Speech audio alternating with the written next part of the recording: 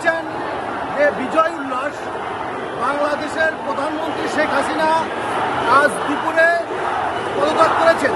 তিনি পদত্যাগ করে বিশেষ হেলিকপ্টার যোগে ভারতের পশ্চিমবঙ্গের উদ্দেশ্যে রওনা হয়েছেন এবং তিনি সেখানে গিয়েছেন।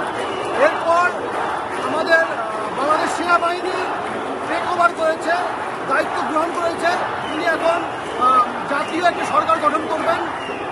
এই খবর যখন ছড়িয়ে পড়েছে তখন বাংলাদেশের প্রত্যেকটি মানুষ ঘর থেকে বের হয়ে আসছে এবং গত 16 বছর ধরে যে শেখ হাসিনা ক্ষমতায় ছিলেন, তার দুঃশাসন ছিল, তার যে অনিয়ম দুর্নীতি ছিল, তার বিরুদ্ধে প্রতিবাদের জন্য যে ছাত্র আন্দোলন হয়েছিল, সেই ছাত্র আন্দোলনে প্রায় 500-র মতো ছাত্র প্রাণ হারিয়েছেন এবং জানেন গতকাল রবিবার পর্যন্ত রবিবারেও 150 মানুষ নিহত হয়েছে।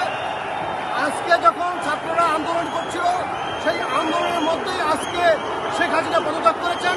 পদত্যাগ করে একটি বিশেষ হেলিকপ্টার যোগে তিনি পশ্চিমবঙ্গে চলে গিয়েছেন। আৰু এয়া মাসুম বিল্লাহি আমাক দেখুৱালে কিছু পৰিৱেশ। গতিকে এতিয়াও যিহেতু সম্পূৰ্ণৰূপে অশান্ত হৈ আছে বাংলাদেশ আৰু আৰ্মিৰ ৰুল এক প্ৰকাৰ বাংলাদেশত। আৰু বৰ্তমান সময়ত আমি আপোনালোকক এয়াই জনাইছোঁ যে হয়তো লণ্ডনত আশ্ৰয় গ্ৰহণ কৰিব পাৰে শেখ হাছিনাৰ সমান্তৰালকৈ যিটো তাত আৰ্মি ৰুল ইতিমধ্যে কিছু সময় আগতেই সেনা প্ৰধানে সংবাদমেল সম্বোধন কৰি সকলো কথা অৱগত কৰিছে আৰু 2 দিনৰ ভিতৰতে অন্তৱৰ্তীকালীন চৰকাৰ গঠনৰ পোষকতা কৰা হৈছে। গতিকে এই যি হিংসাত্মক পৰিস্থিতি বা যেনেধৰণৰ তাত পৰিৱেশ অশান্তময় পৰিৱেশ তাত সৃষ্টি হৈছে বা বিৰাজ কৰিছে, সেয়া কিমান দিনলৈ থাকে বা কেনেধৰণে নিয়ন্ত্ৰণ হয়, এয়া পৰৱৰ্তী সময়ত লক্ষণীয় হ'ব।